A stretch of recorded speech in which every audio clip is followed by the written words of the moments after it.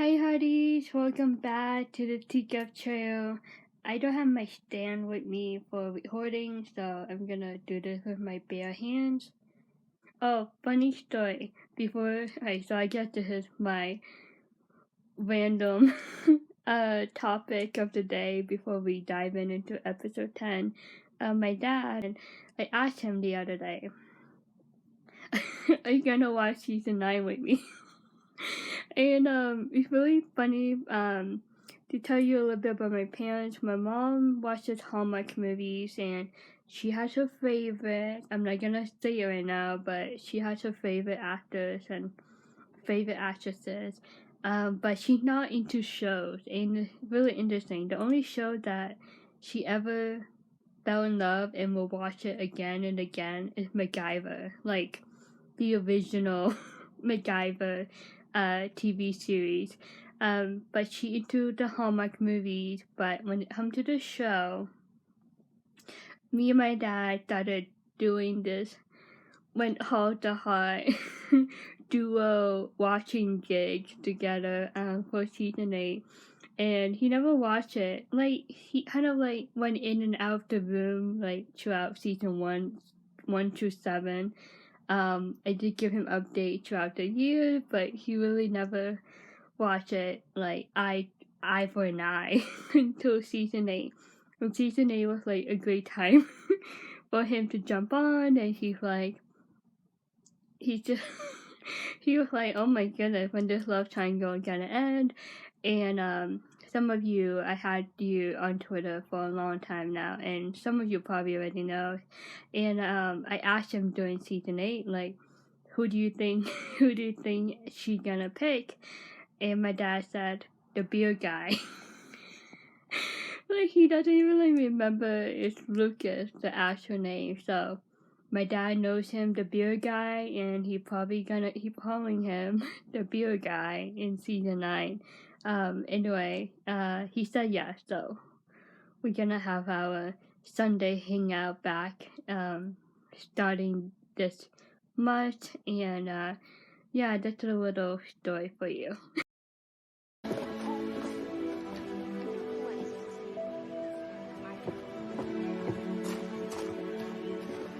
Nathan walk over, and at first Nathan thinking like, like they are okay, like they are on a good page. Elizabeth responded back with her facial expression to Nathan, like an angry facial expression, like she's still like mad at him, and that she despises him, and that she just doesn't want to talk to him, just doesn't want to give attention to him. And Nathan got that message, and he's like, oh boy, like this ain't good. And then Lucas, watching this unfold in front of him, he looked over to Nathan like, oh hey, why he giving that look to my lady? And then he looked over to Elizabeth when she gave that angry, very upset facial expression to Nathan, like, oh, Elizabeth like really mad at Nathan. And Lucas already know what happened, what's going on. Your father has found someone to love again. Someone to lose again. Elizabeth, if anyone should understand, I think that'd be you.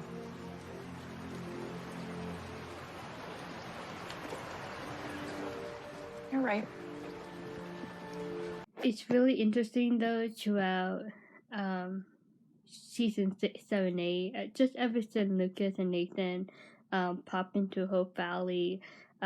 This scene just reminded me of the moment that Clara and Elizabeth had between the two before Clara got married. Like, Clara encouraging Elizabeth to open her heart again, and to be open to that possibility of falling in love again, because Clara went through the same thing that Elizabeth went through. Now, in this case, Elizabeth talking to Haiti, and this is about Ned falling in love again with Florence, and it's just being afraid of for Haiti to see her dad, go through the same grief again if anything happens to Florence. And it relates to what Elizabeth is going through right now. And you can see Elizabeth's initial reaction after Edie said, to lose again. Yeah, just like that came as a shock to Elizabeth. And in all honesty, I still struggle with it. But there will always be uncertainty in life. And if we start to shrink back from those things that might hurt, well, then our greatest risk is possibly never experiencing our greatest joy. Elizabeth still have some fears, worries, and just that anxiety of, if anything bad gonna happen again to her if she does fall in love again with a different man that is not Jack, and if she marries again to a different man and starting a family with that new man. So Elizabeth is still dealing with her grief and her fears of moving on and falling in love again, but she turned it around and brought out some positive thinking, and it shows that she is in the process of moving on from her past completely, but not there yet. But it shows that she believed that she can persevere and be strong and be confident and be bold in accepting the past and allowing herself to move on completely and look forward to the future. Really nice to see that Elizabeth had that change of perspective when she told that to Edie. It's better than, yeah, life sucks. I don't want to go fall in love again. Like, I'm afraid, blah, blah, blah. She understands that she still has fears, but she's willing to switch that perspective in her mind and believe that good things can still come to her in her life. After I lost Jack, I doubted that I'd ever be able to open my heart again. And look what happened. Now, we get to hear and listen to what she is saying to Ned, how she doubted that she will fall in love again and that she will open her heart to someone else that is not Jack. And it's really funny. Ned's like, oh, see how that turned out. So I guess Ned knows what's going on. And while that should have been a comfort, for the longest time, all I could focus on was the loss. We both know what it feels like to wish you had just one more day with that person you married. She does wish that she can keep Jack longer and wish that he was still alive and be able to be with her and little Jack and see little Jack grow up. People like you and I, we have to remember what it is that we've learned. That life is brief and unexpected. And we always have to ask ourselves, what'll I do with today? Life is short and bad things happen. And I think she started to accept that, like, bad things happen in life. Bad things happen to people that we love. And unfortunately, that's how life is sometimes. And it's like something she cannot control. And it's really nice that from her perspective that she is in that process. She's already in the process of moving on from Jack and looking forward to the future. What should we do? I mean, what will we do with today? And I think that's another great wisdom, like how should we spend our days? I really like it. Well, I forgot who it is, but how we spend our days is how we spend our lives. And I truly agree with that. It's like, take every second of every day to do the things that you want to do and to continually tell the people that you love them every day or as much as you can. Pick up that phone, make that call, and say hi to your parents or someone that you really hear about, because a day is never promised. We don't know what's gonna happen tomorrow, and so it's really nice to hear Elizabeth open up a lot in this episode. yeah, and I just wanted to show you guys that those two scenes, Haiti and Ned, because she talks about Jack and where she stands in her life and how she's doing with processing her grief over Jack's death. She almost there, not quite, but you can see the progress that she is going through right now in regard to Jack. And remember, Elizabeth touched her wedding ring after Lucas left her at school. This was after Lucas offered to her to talk to Nathan about Fort Clay, and Elizabeth said no, and Lucas told her, if you need anything, I'm here. And Lucas left, and Elizabeth, she touched her wedding ring. So one of the major battle, I would say, that she's going through is that not only with Nathan, Fort Clay, but moving on from Jack and allowing herself to be with Lucas 100% emotionally, physically, and mentally. You look very handsome. And you're beautiful. Thank you. It was very here. It's just like they're very comfortable with each other. With they just say you look handsome, you look beautiful. It's just a couple thing to do. Oh, thank you. Oh, wait.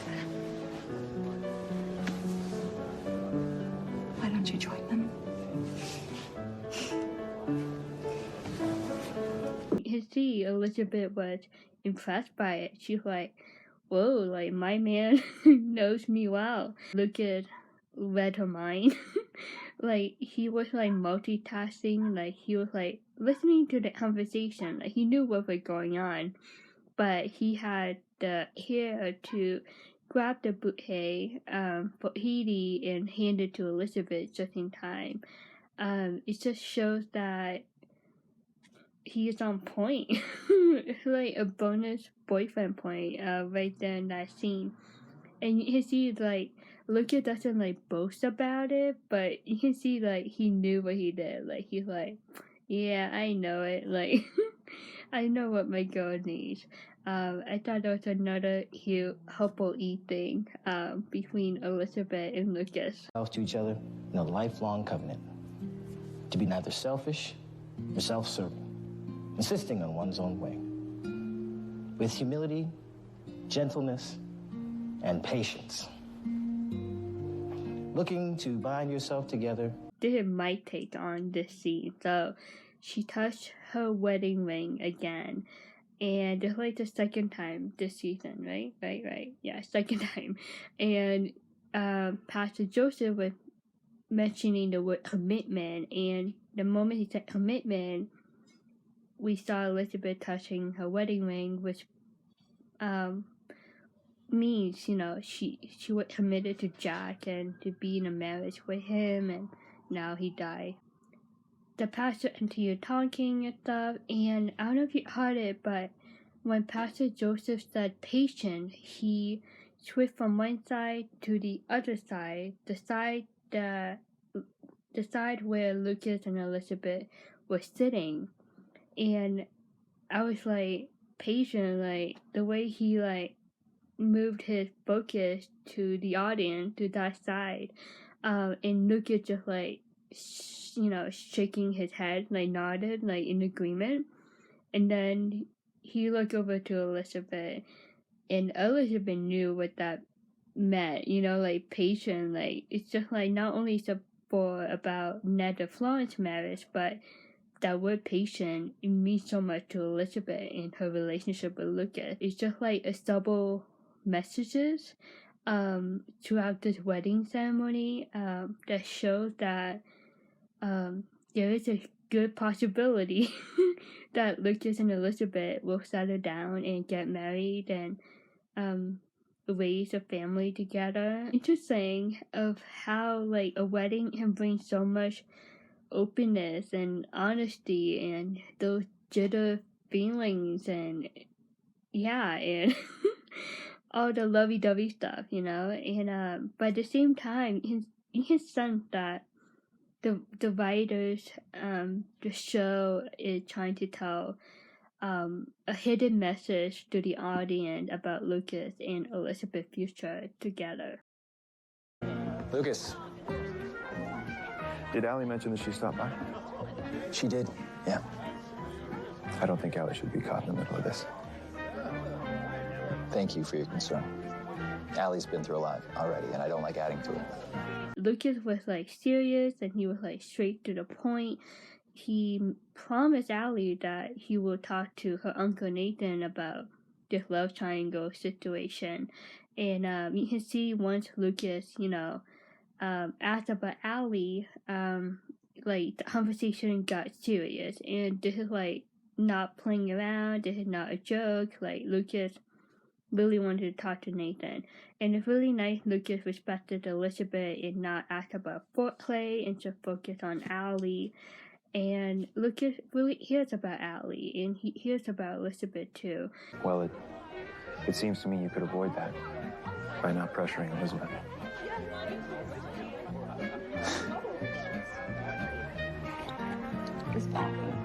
Enjoy the reception.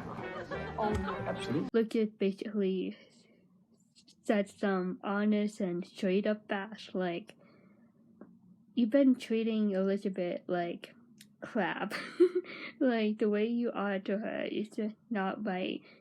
Sure, you take Allie out of the picture, you protect her and you make sure she's okay and that she's not involved in this anymore. But right now, like, you need to take care of your friendship with Elizabeth and not keep pressuring her and forcing her to take your hand and be boyfriend girlfriend when she doesn't want to do that with you. And Nathan at the end, he's like, okay, like I had enough. I'm not gonna listen to you. I'm not gonna fight. I'm not gonna argue, especially in the public area, a wedding. And he just like, he did not want to hear it. And part of me, I question if he doesn't want to hear it in a way that he doesn't want to hear the truth, and he thinks that he's doing the right thing when we all know that he's not. And Lucas basically tried to like give him advice, warning, stop doing what you're doing. But Nathan is not stopping anytime soon. Would you step outside with me for a moment, please? Yeah.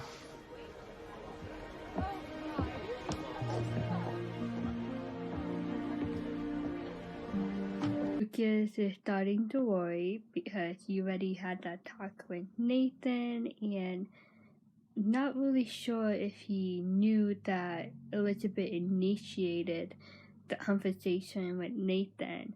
If he didn't, he probably already assumed that Nathan tried to talk to her and, to make Lucas, upset again or whatnot.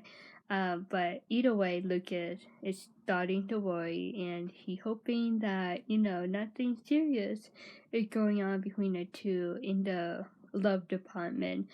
He still have that fear of Elizabeth picking Nathan over Lucas. Jack might have taken the place for anyone on that mission.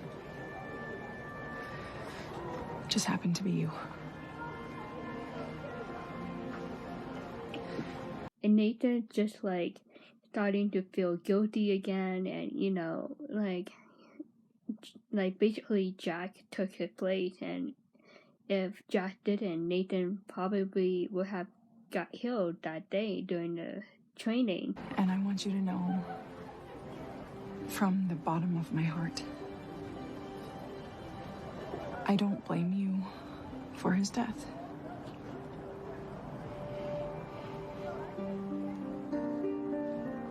Thank you. That shower of freedom came upon Nathan, and you see that he was relieved, and it's just like, it's like a sense of forgiveness in a way, and he felt freer.